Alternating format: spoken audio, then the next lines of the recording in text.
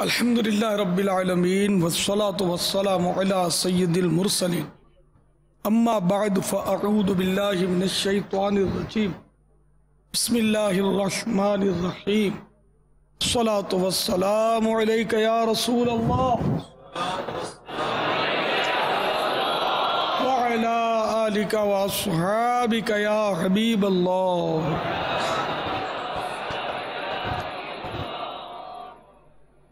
الصلاة والسلام علیک یا نبی اللہ وعلی آلک واصحابک یا نور اللہ.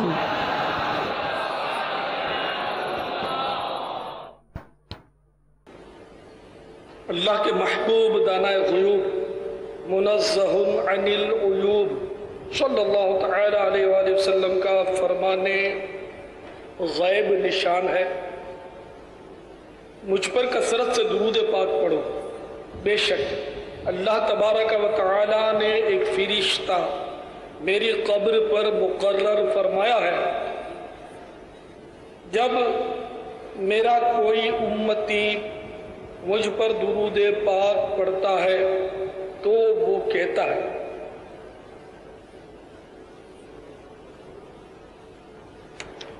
اے اللہ کے محبوب جل جلالہ صلی اللہ تعالی علیہ وآلہ وسلم فلاں بن فلاں نے آپ پر اس گھڑی درود پاک پڑھا ہے. صلو علی الحبیب صلی اللہ تعالی علی محمد. میٹھے میٹھے سائیں بھائیوں، درود پڑھنے والا کتنا خوش نصیب ہے کہ اس کا نام بارگاہ شاہ خیر الانام صلی اللہ تعالی علیہ وآلہ وسلم بھی پیش کیا جاتا ہے اور اس کے والد کا نام بھی پیش کیا جاتا ہے. اس سے یہ بھی معلوم ہوا کہ جو فرشتہ قبر انور پر حاضر ہے اس کی قوت سماعت بہت ہی زیادہ ہے. دنیا کے کونے کونے میں لوگ درود شریف پڑھتے ہیں اور ظاہر دھیمی آواز سے پڑھتے ہیں، من میں پڑھتے ہیں، مگر وہ سن لیتا ہے. اور علم غیب بھی ہے اس کو کہ اس کا نام بھی پتہ چل جاتا ہے اور اس کے والد کا بھی نام اس کو فرشتے کو پتہ چل جاتا ہے. تو جب خادم دربار کا یہ حال ہے تو خود ہماری سرکار کا کیا علم ہوگا. اور کوئی غیب کیا تم سے نہاں ہو بھلا، جب نہ خدا ہی چھپا تم پہ کروڑوں درود. صلو علی الحبیب صلی اللہ تعالی علی محمد. تو کیا مرتبہ اے غوث ہے بالا تیرا، اونچے اونچوں کے سروں سے قدم اڑانا تیرا، جو ولی کا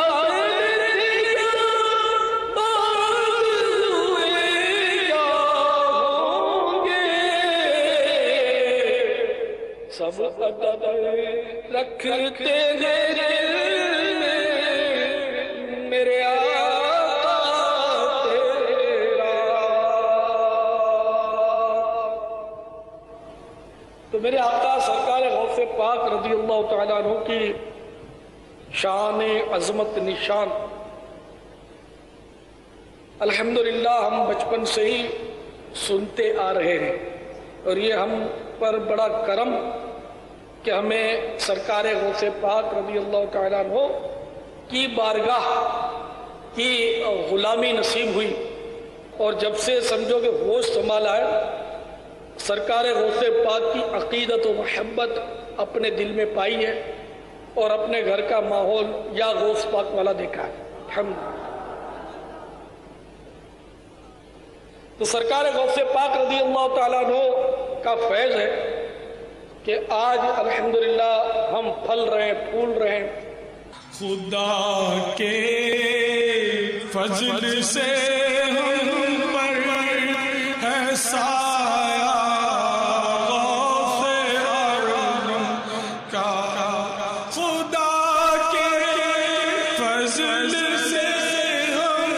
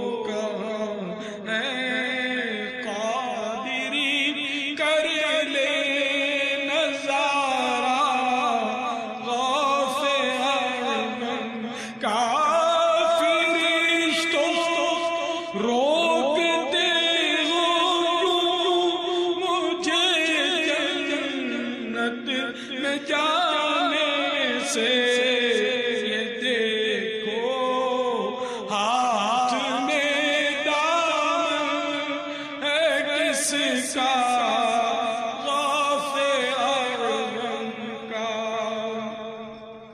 جمیل قادری سوچا سے ہو قربان مرشد پر بنا یا جس نے تجھ جیسے کو بندہ غوث اعظم کا خدا کے فضل سے ہم پر ایسا غوث اعظم کا ہمیں دونوں جہان ہے سہارا غوث اعظم کا۔ ابو غالب فضل اللہ بن اسماعیل بغدادی ازہجی نامی سوداگر میرے آقا میرے مرشد شہنشاہ بغداد حضور غوث پاک رضی اللہ تعالیٰ عنہ کی بارگاہ میں حاضر ہوا اور اس نے دعوت پیش کی۔ عذرائے کرم دعوت قبول کر لی گئی۔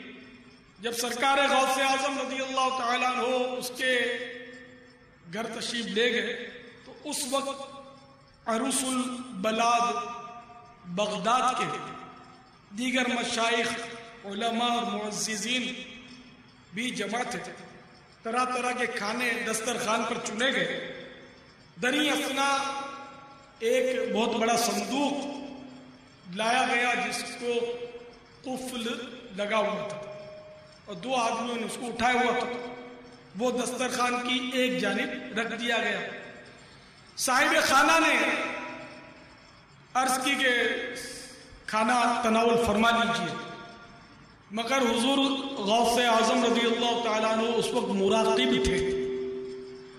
آپ نے کھانا شروع نہیں کیا اور وہ سمجھدار لوگوں کا دیندار لوگوں کا دور تھا اور یہ آداب معلوم تھے کہ اگر دسترخوان پر کوئی بزرگ موجود ہو تو اس سے پہلے کھانا شروع نہیں کرنا چاہیے، آغاز انہی بزرگ سے ہوگا۔ چنانچہ جب غوث پاک نے آغاز نہیں کیا، مراقب تھے، تو کسی نے بھی کھانے کو ہاتھ نہیں لگایا۔ میرے آقا غوث پاک رضی اللہ تعالیٰ عنہ کی اس قدر ہیبت تھی کہ تمام اہل مجلس اس وقت اس طرح ساکت تھے کہ گویا ان کے سروں پر پرند بیٹھے ہوئے کہ یہ جنبش کریں گے تو پرندے اڑ جائیں گے۔ یکایک میرے آقا میرے مرشد شہنشاہ بغداد رحمت اللہ تعالی علیہ نے صاحب خانہ کو حکم دیا وہ صندوق اٹھا کر میرے پاس لیا۔ بہرحال وہ صندوق حاضر کیا گیا۔ کسی اور خادم کو آپ نے حکم دیا تو وہ صندوق اٹھا کر پیش کیا گیا۔ جب اس صندوق کا منہ کھولا گیا تو اس میں ایک معذور لڑکا تھا جس کا بدن بھی معذور تھا، چلنے پھرنے سے معذور اور آنکھوں سے بھی اندھا اور مادر زاد اندھا۔ تو میرے آقا غوث پاک رضی اللہ تعالیٰ عنہ نے فرمایا کھڑے ہو جائیں۔ بس یہ کہنا تھا کہ وہ اس لڑکے کی آنکھیں ایک دم روشن ہو گئی اور وہ چلنے پھرنے لگا اور ایسا کہ وہ توانا ہو گیا کہ دیکھنے والے حیران رہ گئے کہ یہ تو بیمار تھا ہی نہیں، یہ معذور ہی نہیں تھا، اندھا بھی نہیں تھا، یہ تو تندرست بچہ ہے۔ چنانچہ مجلس میں شور برپا ہو گیا، کمال ہو گیا، اتنی بڑی کرامت سب نے اپنی آنکھوں سے دیکھ لی۔ میرے آقا غوث پاک رضی اللہ تعالیٰ عنہ اٹھے اور کھانا کھائے بغیر وہاں سے تشریف لے گئے۔ اس کے بعد اس زمانے کے ایک مشہور بزرگ ولی کامل حضرت سیدنا شیخ ابو سعد قیلوی علیہ رحمت اللہ القوی کی خدمت میں جب یہ واقعہ پیش کیا گیا تو وہ فرمانے لگے کہ حضرت شیخ سید محی الدین عبد القادر جیلانی قطب ربانی قدس سرہ النورانی مادر زاد اندھے اور برس والوں کو اچھا کرتے ہیں اور خدا کے حکم سے مردے زندہ کرتے ہیں۔ صلو علی الحبیب صلی اللہ تعالی علی محمد۔ تو میرے میٹھے میٹھے پیارے پیارے سے بھائیوں، دیکھا کہ میرے غوث پاک کی بھی کیا شان ہے کہ آپ کی برکت سے لا علاج مریض شفا یاب ہو جاتے ہیں، یہاں تک کہ مادر زاد نابینا بھی انکھیارے بن جاتے ہیں۔ اور حضرت سیدنا قیلوی علیہ رحمت اللہ القوی کے ارشاد کے مطابق برس والوں کو یعنی کوڑیوں کو بھی آپ اچھا کر دیتے ہیں۔ اور آپ کی روشن ضمیری کا علم یہ تھا کہ آپ آنے والوں کو یہ بھی ارشاد فرما دیا کرتے کہ تم نے کیا کھایا ہے اور کیا اپنے گھر میں رکھ چھوڑا ہے۔ گھر میں جو کچھ ہوتا وہ بھی بتا دیتے اور جو کچھ کھا لیا وہ بھی ارشاد فرما دیتے۔ یہاں تک کہ میرے آقا غوث پاک رضی اللہ تعالیٰ عنہ کا یہ بھی مقام تھا کہ آپ مردوں کو بھی زندہ کر دیا کرتے، جیسا کہ حضرت ابو سعد قیلوی رحمت اللہ تعالیٰ علیہ کا ارشاد سنا۔ اور یہ ارشاد جو ہے بہجت الاسرار میں نقل کیا گیا۔ بہجت الاسرار یہ صدیوں پرانی کتاب ہے جو حضرت شیخ شتنوفی رحمت اللہ تعالی علیہ نے جمع کی ہے۔ جو بہت بڑے بزرگ اور بڑے بڑے اولیاء کرام نے اس کتاب کی تصدیق کی ہے کہ یہ کتاب بہت مستند ہے۔ اب ممکن ہے کہ بعضوں کو یہ وسوسے آ رہے ہوں گے کہ یہ کیسے ہو سکتا ہے کہ غوث پاک مریضوں کو بھی اچھا کر دیں، پھر جناب والا مادرزاد اندھوں کو آنکھیں بھی عنایت فرما دیں اور غیب کی خبریں بھی دیں، جبکہ ہم نے تو آج تک یہی سنا ہے کہ صرف اللہ ہی غیب کو جانتا ہے، غیب کی خبر کوئی دے ہی نہیں سکتا۔ تو یہ گھر میں کیا کھانا کھا کر آیا بندہ تو غیب کی خبر یہ کیسے بتا دیتے؟ اور گھر میں جو کچھ رکھ چھوڑا وہ بھی اللہ کے سوا کوئی کیسے بتا سکتا ہے، کیسے پتا چلے؟ واقعی یہ وسوسے آ سکتے ہیں، اور ہو سکتا ہے کہ آپ میں سے بہت سو کا آ بھی رہے ہو یہ وسوسے صحابہ کرام علیہ رضوان کو بھی آتے تھے، اور یہ ایمان کی مضبوطی کی علامت ہوتی تھی۔ سرکار نے اس کو ایمان کی مضبوطی قرار دیا، جو کہ اللہ کے بارے میں اور ایسے سے وسوسے آتے تھے وہ زبان پر لانا گوارا نہیں کرتے تھے۔ اس لیے وسوسے آنا معاذ اللہ یہ اس وقت میں نے تو نیت کی ہے نا کہ امر بالمعروف و نہی عن المنکر کروں گا، نیکی کی دعوت دوں گا، برائی سے بچاؤں گا۔ تو اب میں نے غوث پاک کا یہ واقعہ بھلے کتاب کا حوالہ دیا، لیکن ضروری نہیں کہ اس کتاب کا نام سب نے سنا ہو، تو میں کوشش کروں گا اس کتاب کے حوالے سے آپ کو سمجھانے کی کہ جس کتاب کا نہ صرف آپ نے نام سنا ہوگا بلکہ اس کتاب پر ایمان آپ رکھتے ہیں۔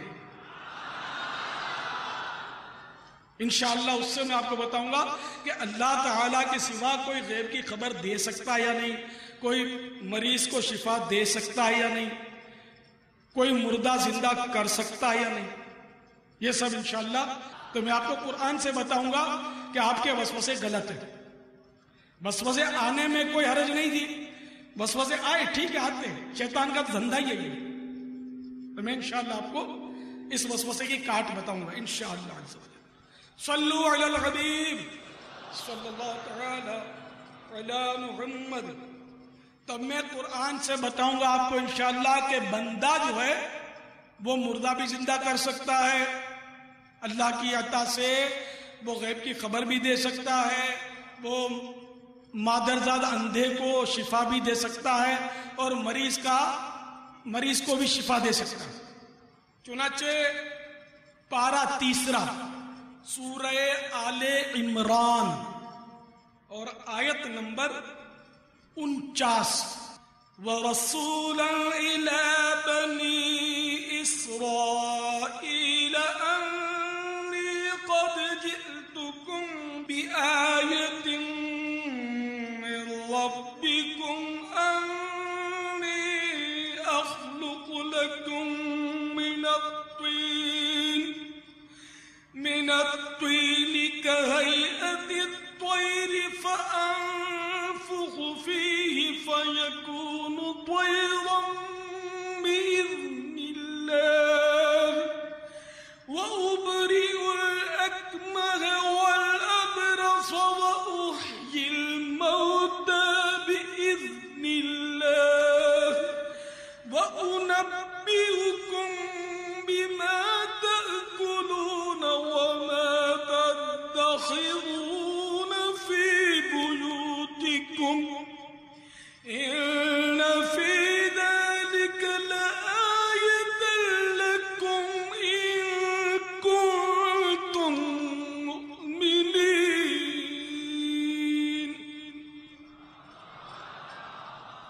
میرے آقا نعمت امام اہل سنت عظیم البرکت عظیم المرتبت پروانہ شمع رسالت مجدد دین و ملت مولانا شاہ احمد رضا خان علیہ رحمت الرحمن اپنے شہرائے آفاق ترجمہ قرآن کنز الایمان میں اس آیت مبارکہ کا ترجمہ کچھ یوں کرتے ہیں. اور رسول ہوگا بنی اسرائیل کی طرف یہ فرماتا ہوا کہ میں تمہارے پاس ایک نشانی لایا ہوں تمہارے رب کی طرف سے کہ میں تمہارے لیے مٹی سے پرند کی سی مورت بناتا ہوں پھر اس میں پھونک مارتا ہوں تو وہ فوراً پرند ہو جاتی ہے اللہ کے حکم سے اور میں شفا دیتا ہوں مادرزاد اندھے اور سفید داغ والے کو اور میں مردے جلاتا ہوں اللہ کے حکم سے اور تمہیں بتاتا ہوں جو تم کھاتے اور جو اپنے گھروں میں جمع کر رکھتے ہو. بے شک ان باتوں میں تمہارے لیے بڑی نشانی ہے اگر تم ایمان رکھتے ہو. بالکل میرے خیال میں جو سمجھدار ہیں ان کے وسوسوں کی کاٹ ہو گئی. میں امید کرتا ہوں میں مزید وضاحت کرتا ہوں. یہ میں نے قرآن کی آیت آپ کو تلاوت کر کے سنائی اور اس میں حضرت سیدنا عیسیٰ روح اللہ علی نبینا علیہ الصلوۃ والسلام کی شان بیان کی گئی ہے کہ اللہ تبارک و تعالی نے حضرت عیسیٰ علیہ السلام کو یہ اعجاز عطا فرمایا یہ معجزات عطا فرمایا. کیا کہ آپ پرند کی مورت بناتے پرندے کا بت بھی بولتے مورت اور اس میں آپ فرماتے ہیں کہ پھر اس میں پھونک مارتا ہوں تو وہ فوراً پرند ہو جاتی ہے اللہ کے حکم سے. تو آپ مٹی کی مورتی بناتے پرندے کی اس میں پھونک مارتے تو وہ سچ مچ کا پرندہ بن کے اڑ جاتا. اس طرح اللہ کی عطا سے وہ پرند کی صورت بنا کر اس میں پھونک مار کے اس کو اڑا دیتے تھے اللہ کے حکم سے. تو غوث پاک کی بھی جو آپ نے کرامت سنی وہ انڈرسٹوڈ ہے کہ اللہ تعالیٰ نے آپ کو یہ طاقتیں بخشی تھی تو اللہ کے سوا کوئی اگر نہیں کر سکتا تو پھر عیسیٰ علیہ السلام بھی نہ کر سکتے. تو عیسیٰ علیہ السلام کے یہ معجزات قرآن نے بیان کیے. یہ اس کتاب کا میں نے حوالہ دیا کہ جس پر آپ سب کا ایمان ہے اور قرآن کا انکار کرنے والا ہے تو ظاہر مسلمان رہ ہی نہیں سکتا. میں تو مسلمانوں سے بات کر رہا ہوں اس وقت اور مسلمان کو وسوسے آ سکتے ہیں کوئی اس میں ایسی بات نہیں ہے. تو ایک تو یہ کہ آپ کا یہ معجزہ دوسرا معجزہ اس آیت میں یہ بیان کیا گیا اور میں شفا دیتا ہوں مادرزاد اندھے اور سفید داغ والے.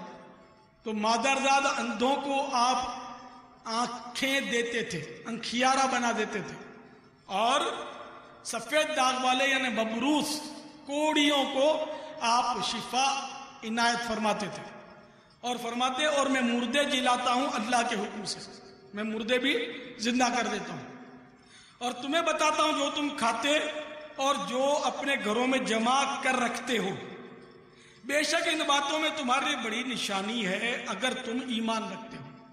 تو یہ باتیں انہوں نے ماننی ہے جنہوں نے ایمان لانا ہے۔ تو یہ مومن کی شان ہے کہ مومن قرآن کی بات مانتا ہے، معجزات پر یقین رکھتا ہے، اور جو مومن نہیں ہے تو وہ ان باتوں کو نہیں مانتا۔ تو پتہ چلا کہ اللہ کی عطا سے کوئی اور بھی مردے زندہ کر سکتا ہے، مریض کو شفا دے سکتا ہے، اور اندھوں کو آنکھ اللہ کی عطا سے دے سکتا ہے، اور غیب کی خبر بھی بتا سکتا ہے۔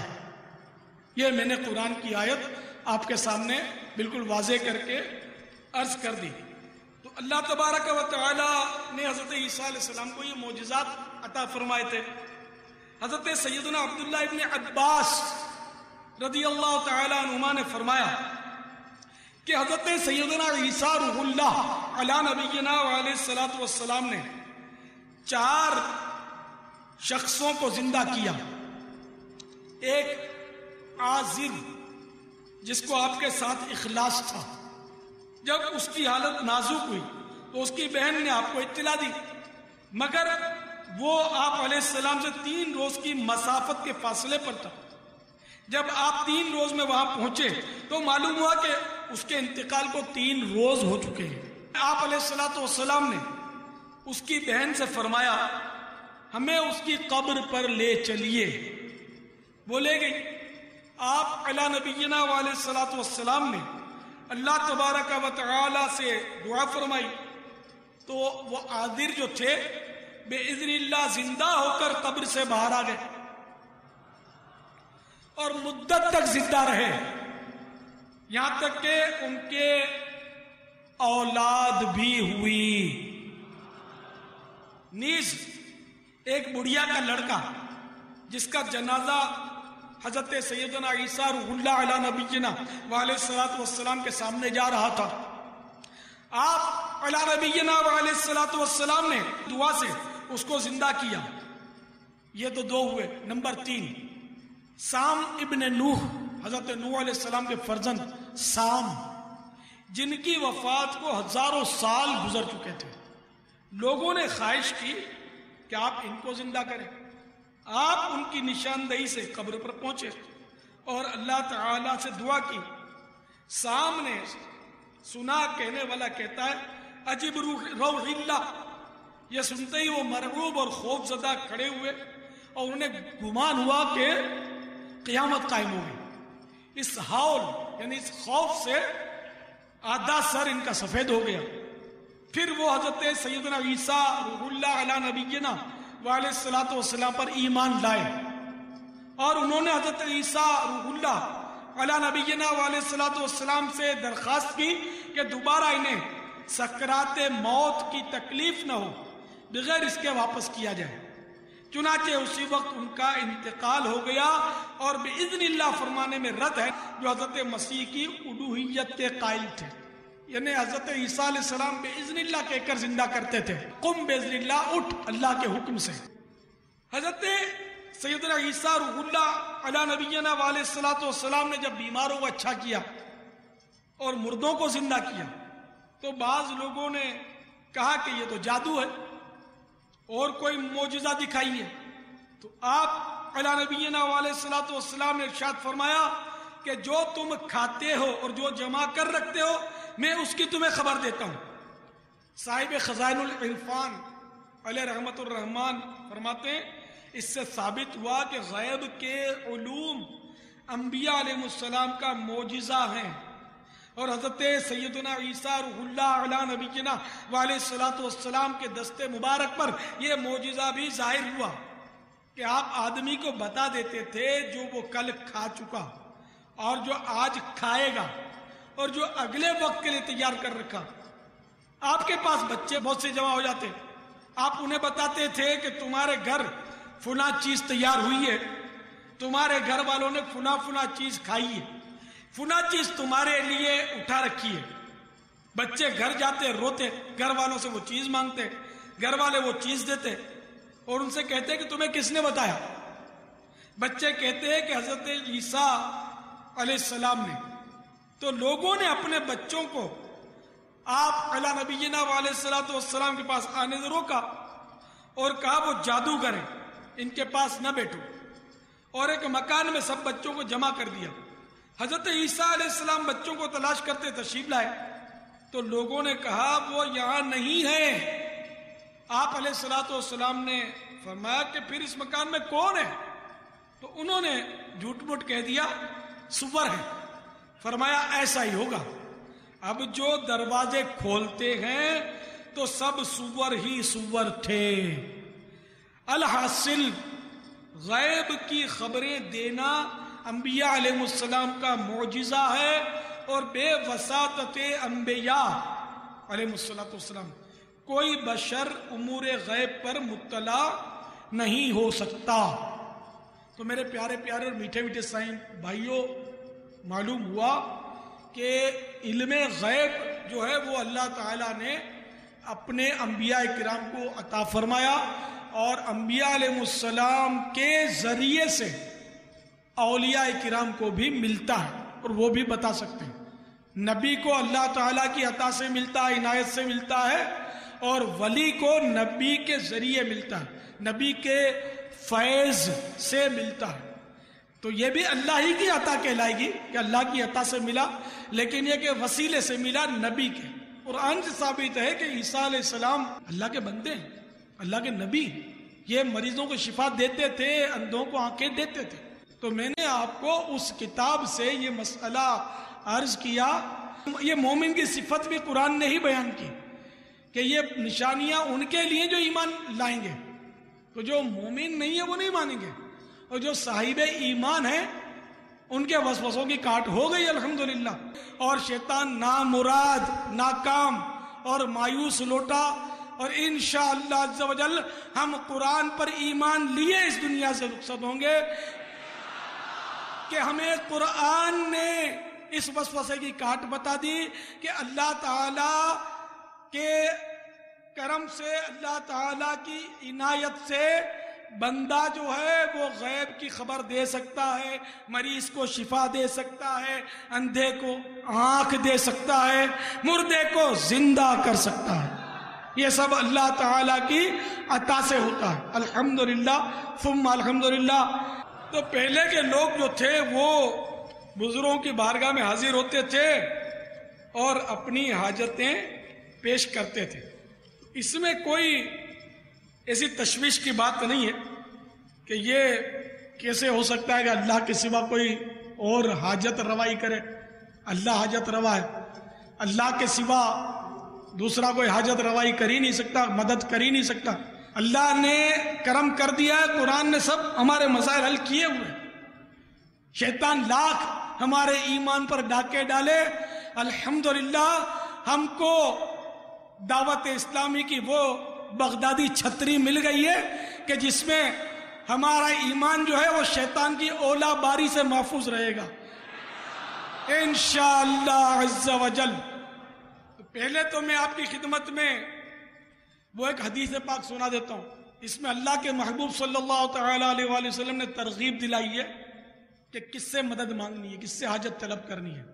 چنانچہ ارشاد فرماتے ہیں اچھوں کے نام پر نام رکھو، اچھوں کے نام پر نام رکھو، اور اپنی حاجتیں اچھے چہرے والوں سے طلب کرو۔ اچھا، اچھے چہرے والے سے مراد کیا؟ گوری چمڑی والا، گورا چٹا آدمی نہیں۔ علماء فرماتے ہیں اچھے چہرے سے یہاں مراد یہ ہے کہ اللہ کے وہ نیک بندے جن کے چہرے عبادت الہی اور تہجد گزاری کے سبب منور و تابندہ یعنی نورانی ہوں،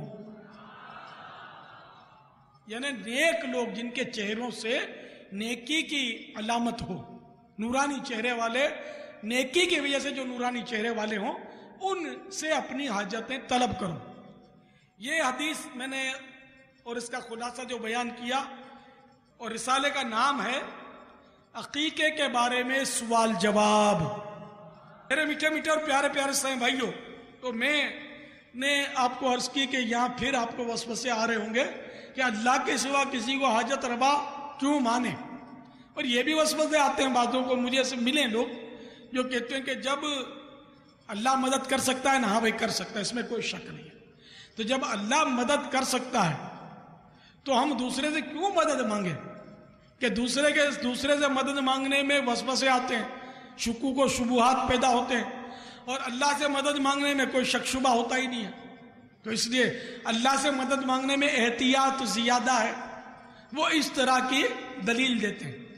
تو میں آپ سے عرض کروں گا کہ اگر آپ کو وسوسے آتے ہیں تو اب اللہ سے مدد مانگنے میں احتیاط زیادہ نہیں ہے، بلکہ اب جس کی مدد کا اللہ نے حکم دیا اس سے مدد مانگنے میں زیادہ احتیاط ہے۔ کیسے؟ میں آپ کو اس میں ایک فقہی مسئلے کی ضمناً مثال دیتا ہوں کہ وضو میں وسوسے آتے ہوں، بار بار وسوسے آتے ہوں کہ میرا وضو ٹوٹ گیا، شاید میرا وضو ٹوٹ گیا، پتہ نہیں میرا وضو ٹوٹ گیا، بہت دیر سے وضو ہے شاید ٹوٹ گیا۔ یہ وسوسے عموماً ہر ایک کو آتے ہیں۔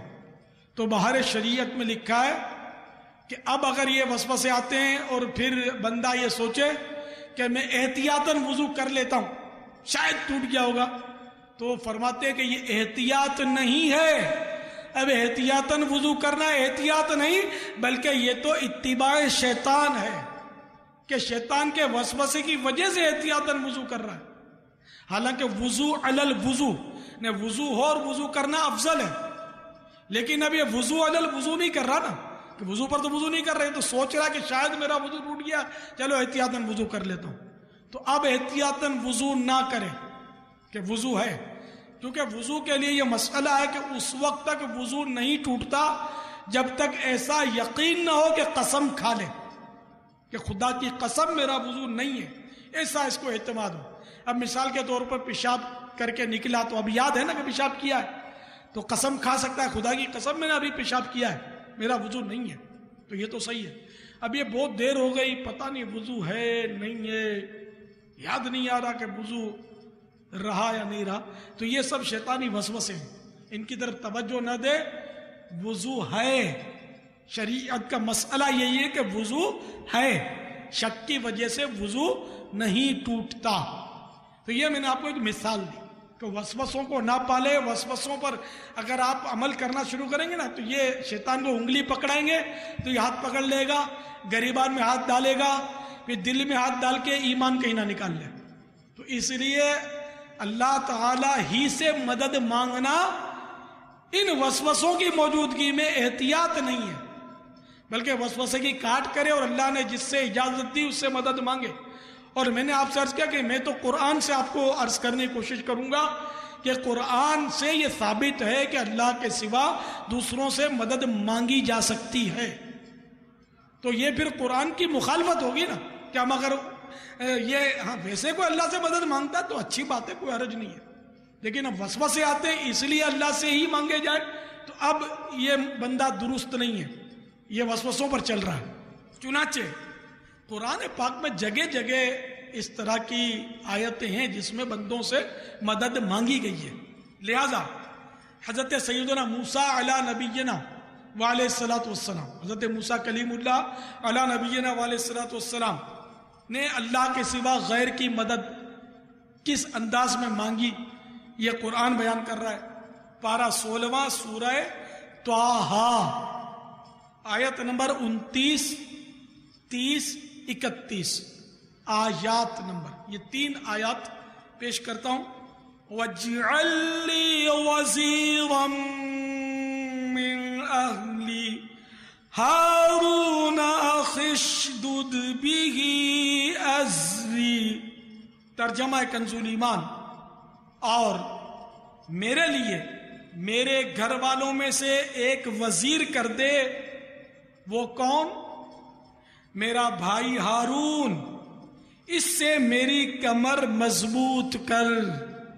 یعنی اللہ تعالیٰ نے جب حکم دیا اذهب الى فرعون انه طغى، فرعون کی طرف جا، بے شک وہ سرکش ہو گیا ہے، تو اللہ نے جب موسیٰ علیہ السلام کو حکم دیا کہ فرعون کی طرف جا، کہ وہ سرکش ہو گیا، اس کو نیکی کی دعوت دے، اس کو تبلیغ کر، تو موسیٰ علیہ السلام نے بارگاہ خداوندی میں عرض کی وَاجْعَلْ لِي وَزِيرًا مِّنْ أَهْلِي هَارُونَ أَخِي اشْدُدْ بِهِ أَزْرِي، کہ اے مولا میرے لیے میرے گھر والوں میں سے ایک وزیر کر دے، میں میرا نائب بنا دے، میرا خلیفہ بنا دے، میرا وزیر کر دے۔ وہ کون؟ میرا بھائی ہارون، اس سے میری کمر مضبوط کر، میری پیٹھ مضبوط کر، اس کی مدد سے، اس کی حمایت سے۔ تو اللہ تعالیٰ نے یہ نہیں فرمایا کہ اے موسیٰ تم کو کیا ہو گیا، کیا میرا حکم کافی نہیں ہے؟ کیا میں تمہیں بے مدد چھوڑ دوں گا؟ جب تم کو میں بھیج رہا ہوں تو میں تمہاری مدد بھی کروں گا، تم اکیلے کیوں ڈرتے ہو؟ میں تمہارے ساتھ ہوں۔ تم نے یہ کہ اپنے بھائی کا سہارا طلب کیا، اپنے بھائی کے ذریعے مدد مانگی، یہ کیا کر رہے ہو؟ نہیں، بلکہ اللہ تبارک و تعالی نے موسیٰ علیہ السلام کی درخواست قبول فرما لی اور ہارون کو ان کا مددگار بنا دیا، اور حضرت ہارون علی نبینا وعلیہ الصلاۃ والسلام کو نبوت سے سرفراز فرمایا، ان کا وزیر کر دیا۔ آپ نے یہ سبھی جانتے ہیں ہارون علیہ السلام کی نبوت کا ذکر تو قرآن پاک میں بھی ہے نا۔ چنانچہ اب اللہ تعالیٰ نے حکم فرمایا فَقُولَا لَهُ قَوْلًا لَيِّنًا، دو کے لیے یہ کہ اور اس سے نرمی سے بات کہنا۔ تو بہرحال یہ کہ ہارون علیہ السلام کو نبوت ملی، عطا ہوئی، اللہ تعالیٰ نے عنایت فرمائی، اور یہ اللہ کی عطا سے نبوت ملتی ہے۔ اور موسیٰ علیہ السلام نے ہارون علی نبینا علیہ الصلوۃ والسلام کی مدد طلب فرمائی۔ اسی طرح حضرت عیسیٰ علیہ الصلوۃ والسلام نے اللہ تعالی کے حکم سے مدد طلب فرمائی، کس کی؟ آئیے پارہ 28 سورۃ الصف آیت نمبر 14، قال عيسى ابن مريم للحواريين من أنصاري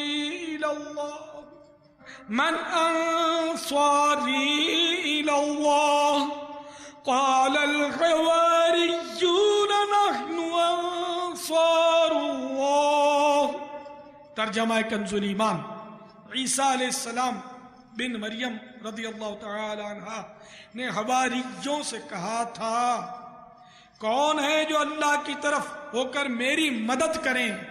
حواری بولے ہم دین خدا کے مددگار ہیں۔ دیکھا عیسیٰ علیہ السلام نے اپنے حواریوں، جس طرح ہمارے مدنی آقا میٹھے میٹھے مصطفیٰ صلی اللہ تعالی علیہ وآلہ وسلم کے رفقا کو صحابہ کہتے ہیں، ایمان لانے والے رفقا کو جن کا ایمان سے دنیا سے گزر بھی ہوا وہ صحابی کہلائے۔ تو جو صحابی کی تعریف چلیے بتا دوں کہ جو سرکار صلی اللہ تعالی علیہ وآلہ وسلم کی حیات ظاہری میں ایمان لائے اور دنیا سے ایمان پر جن کا خاتمہ ہوا، حیات ظاہری میں ایمان لائے اور چاہے ایک لمحے کے لیے بھی صحبت سے مشرف ہوئے اور پھر ایمان کے ساتھ دنیا سے رخصت ہوئے، وہ صحابی کہلائے، اور ہر صحابی قطعی جنتی ہے۔ تو حضرت عیسیٰ علیہ السلام پر جو ایمان لائے اور ان کے ساتھ تھے وہ حواری کہلاتے تھے۔ تو حواریوں سے آپ نے مدد طلب فرمائی، تو حواریوں نے کہا کہ ہم آپ کی مدد کریں گے اللہ کے دین کی تبلیغ کے لیے، نیکی کی دعوت کے لیے۔ تو یہاں بھی اللہ تعالیٰ نے منع نہیں فرمایا، بلکہ اللہ تعالیٰ نے ان کے ارشاد کو حکایت فرمایا۔ بلکہ مزے کی بات ہے کہ اللہ تعالیٰ جو واقعی کسی کا محتاج نہیں ہے، اللہ تعالیٰ بندے کا محتاج نہیں ہے، لیکن اس نے بھی اپنے بندوں سے دین کی تبلیغ کے لیے مدد طلب فرمائی، حالانکہ محتاج نہیں ہے، لیکن یہ ہمارے وسوسوں کی کاٹ کی جا رہی ہے کہ اللہ کی اجازت سے مددیں کی جا سکتی ہیں۔ چنانچہ پارہ 26 سورہ محمد آیت نمبر 7 میں ارشاد ہوتا ہے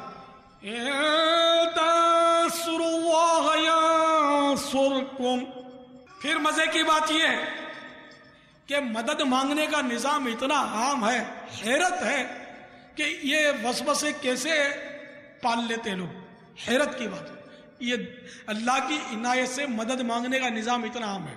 چنانچہ ارشاد ہوتا ہے پارہ 28 سورۃ التحریم آیت نمبر 4، فإن الله هو مولاه وجبريل وصالح المؤمنين والملائكة بعد ذلك ظهير۔ ترجمہ کنز الایمان۔ تو بے شک اللہ عز و جل ان کا مددگار ہے، اور جبریل علیہ السلام اور نیک ایمان والے، اور اس کے بعد فرشتے مدد پر ہیں۔ تو وسوسے اب بھی اگر آپ کو آتے ہیں تو آپ کے نصیب۔ اب بھی اگر کوئی کہتا ہے کہ نہیں صاحب احتیاط اس میں کہ اللہ سے مدد مانگی جائے، صرف اللہ سے مدد مانگی جائے، اللہ سے مدد مانگنا بھی جائز تو ہے نا، ہم کیوں غیر سے مدد مانگیں کہ شاید یہ غلط ہو غیر سے مدد مانگنا، اس لیے ہم صرف اللہ سے مدد مانگتے ہیں۔ تو اس وسوسے پر عمل کرنا شیطان کی اتباع ہے کہ اللہ تعالیٰ اجازت دے رہا ہے، اور صاف صاف صراحت کے ساتھ ہی فرمایا جا رہا ہے کہ بے شک اللہ ان کا مددگار ہے، اور جبریل اور نیک ایمان والے، اور اس کے بعد فرشتے مدد پر ہیں۔ اب پھر بھی خامخواہ مطلب یہ کہنا کہ صرف اللہ ہی سے مدد ہم مانگیں، تو یہ شیطان کے وسوسوں پر عمل ہے، شیطان کی اتباع ہے۔ تو ہم اللہ سے بھی مدد مانگتے ہیں، اللہ کی اجازت سے، اس کے پیارے حبیب صلی اللہ تعالیٰ علیہ وآلہ وسلم سے بھی مدد مانگتے ہیں، اور اللہ تعالیٰ کی اجازت سے انبیاء علیہ السلام بھی ہمارے مددگار ہیں، صحابہ کرام بھی ہمارے مددگار ہیں، اولیاء کرام بھی ہمارے مددگار ہیں، اور غوث اعظم بھی ہمارے مددگار ہیں۔ قسم ہے کہ مشکل کو مشکل نہ پایا، قسم ہے کہ مشکل کو مشکل نہ پایا، کہا ہم نے جس وقت یا غوث اعظم، کہا ہم نے جس وقت یا غوث اعظم، مریدوں کو خطرہ نہیں میرے غم سے، مریدوں کو خطرہ، مریدوں کو خطرہ نہیں میرے غم سے، کہ بیڑے کے ہیں نا خدا غوث اعظم، کہ بیڑے کے ہیں نا خدا غوث اعظم، تیرے ہاتھ میں نے دیا ہے، تیرے ہاتھ میں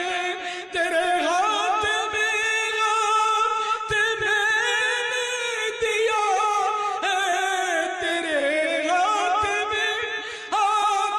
میں نے دیا ہے، تیرے ہاتھ ہے لاج یا غوث اعظم، تیرے ہاتھ ہے لاج یا غوث اعظم، ادھر میں پیا میری دولت ہے نیا،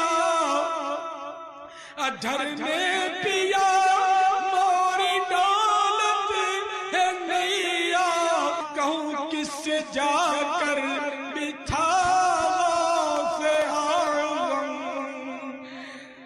کہوں کس سے جا کر بٹھا غوث اعظم، اسیروں کے مشکل کشا غوث اعظم، مریدوں کے حاجت روا غوث اعظم۔